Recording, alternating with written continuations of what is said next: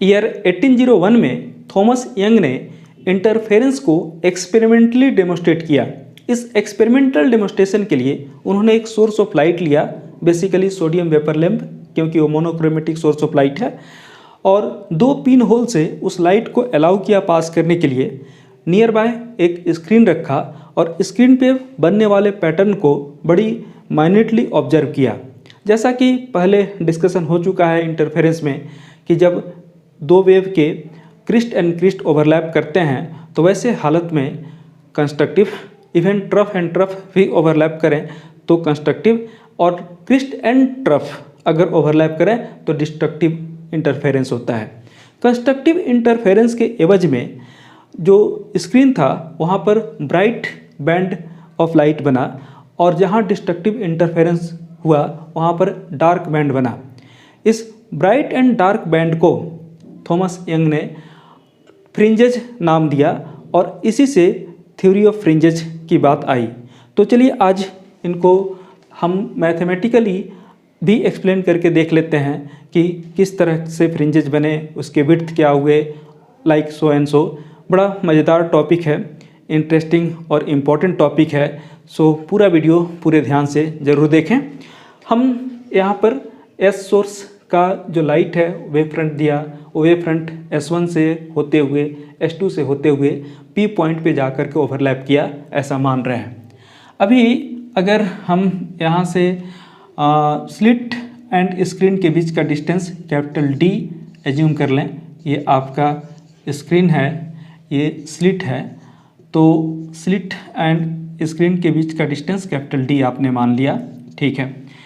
ऐसा है कि हम इस पॉइंट को C मान लेते हैं बीच में, और ये O मान लीजिए, ठीक।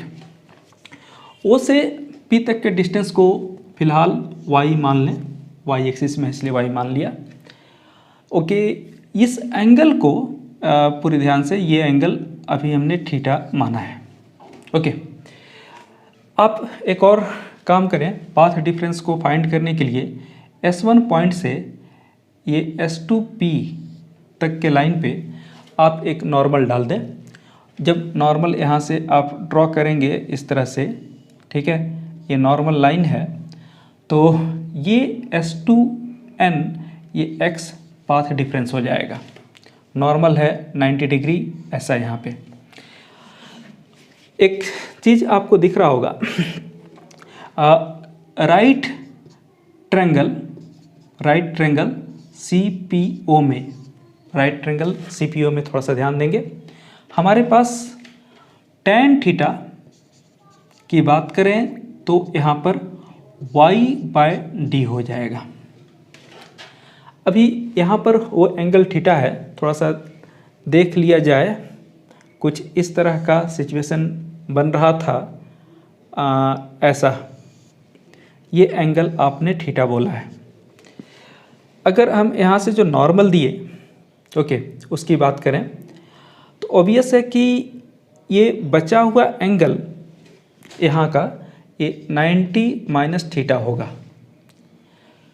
क्योंकि ये थीटा है, ये थीटा है तो ये भी थीटा है। अब यहाँ पर 90 का शेप दिख रहा है, तो ऑब्वियस है ये जो एंगल होगा ये भी एंगल थीटा ही होगा। तो उसके आधार पे हमने यहाँ पर एंगल थीटा दे दिया, ओके। अगर ये एंगल थीटा तो ये भी थीटा होगा, जैसा डायग्राम में आपको दिख रहा है, ओके। चलिए, तो हमारे पास एक दूसरा राइट एंगल ट्रायंगल भी मिल गया है ना। उस राइट एंगल ट्रायंगल की बात करें, कौन सा है, तो S1, S2 and N, okay. यहाँ पर अगर हम साइन थीटा की बात करें, साइन थीटा आपको क्या होता है, परपेंडिकुलर, एंगल के सामने परपेंडिकुलर, मतलब ये x, और S1 से S2 तक के डिस्टेंस को स्मॉल d आप एज्यूम कर लें, है ना। इस गैप बिटवीन स्लिट्स आपको स्मॉल d, तो यहाँ x/d हो गया। एक और चीज़ बड़ा इम्पॉर्टेंट है, P पॉइंट पे जा कर के जो वेव्स मिल रहे हैं, फर्स्ट टाइम मिल रहे हैं, सेकंड टाइम मिल रहे हैं, या कौन सा नंबर है जहाँ पर वो ओवरलैप कर रहे हैं, ये हमें नहीं मालूम। तो इसके लिए एक सॉल्यूशन निकालते हैं, इसको हम वाई एन ले लेते हैं, तो यहाँ भी एन लिखेंगे, ऑब्वियस है कि यहाँ भी एन लिखेंगे। अगर एन वहाँ आपने लिखा तो यहाँ पर थीटा एन, यहाँ पर वाई एन और थीटा एन। एक चीज़ और, जो path difference between two light wave होगा वो वेवलेंथ के ऑर्डर का होगा। वेवलेंथ ऑफ लाइट 10⁻⁻7 मीटर के आसपास। तो उसके अकॉर्डिंगली ये जो एंगल होगा, डायग्राम में तो काफ़ी सिग्निफिकेंट दिख रहा है लेकिन होगा बड़ा स्मॉल एंगल। अगर ये बहुत स्मॉल एंगल है तो वैसे केस में आपका थीटा एन भी स्मॉल होगा। और आपको मालूम है कि अगर थीटा एन स्मॉल होगा तो nearly equal to tan theta N, और वो nearly equal to sin theta N के बराबर। अब यहाँ पर tan थीटा एन का वैल्यू दे दें y/d या yn/d, तो इज इक्वल टू उस साइड sin थीटा का x/d लिखना पड़ेगा। वहाँ से अगर हम लिखें तो हमारे पास yn इज इक्वल टू कितना, xd डिवाइडेड बाय d। कोई भी इक्वेशन मान लीजिए, इक्वेशन नंबर 1 मान लिया। यहाँ तक पहुँच गए। अब यहाँ तक पहुँचने के बाद से बात करेंगे, अगर पॉइंट P पे कंस्ट्रक्टिव इंटरफेरेंस हो रहा है तो देन ये पाथ डिफरेंस कितना होगा। तो कंस्ट्रक्टिव इंटरफेरेंस के कंडीशन में हमने देखा है कि पाथ डिफरेंस कितना, x के बराबर होता है। यानी आपके पास यहाँ पर yn इज इक्वल टू, है ना, n लेमडा d/d हो जाएगा। और जहाँ पर n की बात करेंगे तो n मालूम है 0, 1, 2 dot dot dot integers only होता है, ये हम लोग देख चुके हैं पहले। अब n 0 होने से आपका क्या होगा, तो yn 0 मतलब ये डिस्टेंस 0 मतलब सेंटर पे एक बैंड बनेगा जिसको हम लोग सेंट्रल मैक्सिमा कह सकते हैं।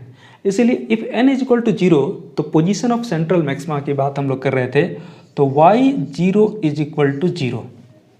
ओके, वेल हमको y0 मिल गया। अगर यहीं n is equal to 1 put कर दें तो हमारे पास y1 इज इक्वल टू कितना, देख लीजिए यहाँ पर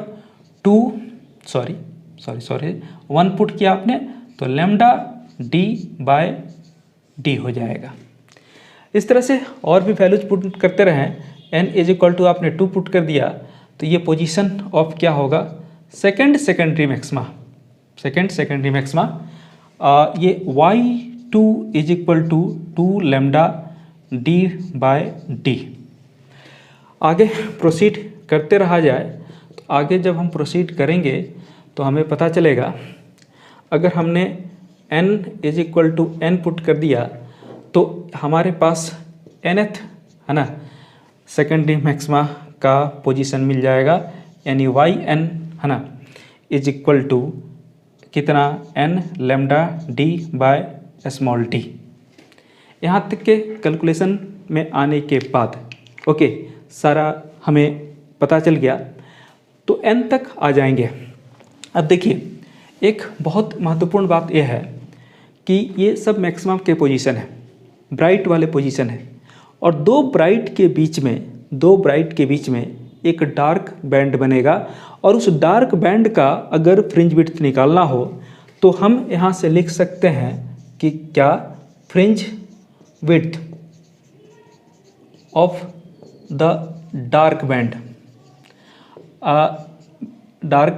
फ्रिंज विड्थ को बीटा से डिनोट करते हैं। एंड बिकॉज ये डार्क बैंड का है इसलिए बीटा प्राइम कर लेते हैं। ये आपको y1 माइनस y0, नहीं तो y2 माइनस y1, नहीं तो आगे बढ़ते रहें तो yn minus yn minus 1, last में से 1 माइनस। और ये सब को आप माइनस करके देखें, इस दोनों को माइनस करेंगे तो कितना आएगा, लेमडा d/d। अगर इस दोनों को सब्ट्रैक्ट करेंगे तब भी लेमडा d/d। यानी जो भी आपके डार्क बैंड होंगे सभी डार्क बैंड के फ्रिंज विड्थ लेमडा d/d ही होगा। डार्क बैंड का फ्रिंज विड्थ लेमडा d/d ही होगा।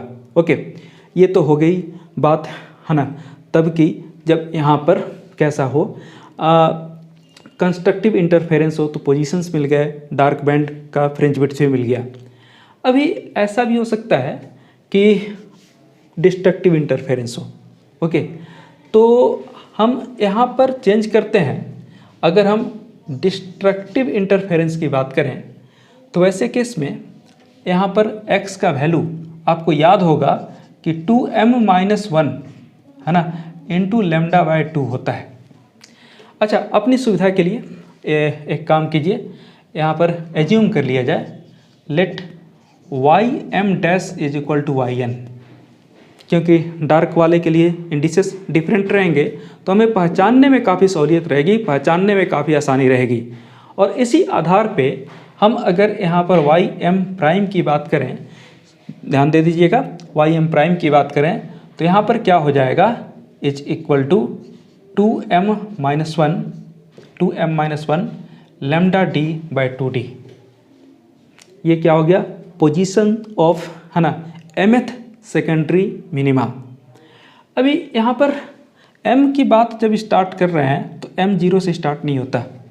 जब आप condition for constructive and destructive interference देखेंगे तो वहाँ पर बड़ी क्लियरली n और m के वैल्यू की बात, तो यहाँ बिकॉज n 0 नहीं है तो यहाँ पर ym डैश भी 0 नहीं होगा, मतलब सेंटर पे आपका डार्क फ्रिंज नहीं फॉर्म करने जा रहा है। पहले वाले कैलकुलेशन ने बताया था कि जब 0 पुट कर रहे हैं तो वहाँ सेकेंडरी मैक्सिमा बना था, सॉरी सेंट्रल मैक्सिमा बना था, इसलिए वहाँ पर ब्राइट फ्रिंज ही बनेगा। तो ऐसे हालात में अब हम अगर बात करें तो n0 वाला कंडीशन हटा दीजिए, n0 वाला कंडीशन हटा दीजिए।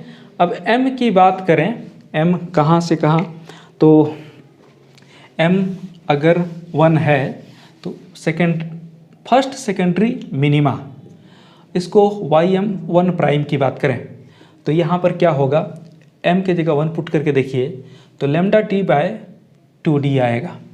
ओके, अगर हम m is equal to 2 put करें तब वैसे केस में क्या आएगा, सेकेंडरी मिनिमा का पोजीशन y2 डैश, यहाँ पर 2 पुट किए तो 2 इंटू 2 4 - 1 3 लेमडा बाय 2d आएगा।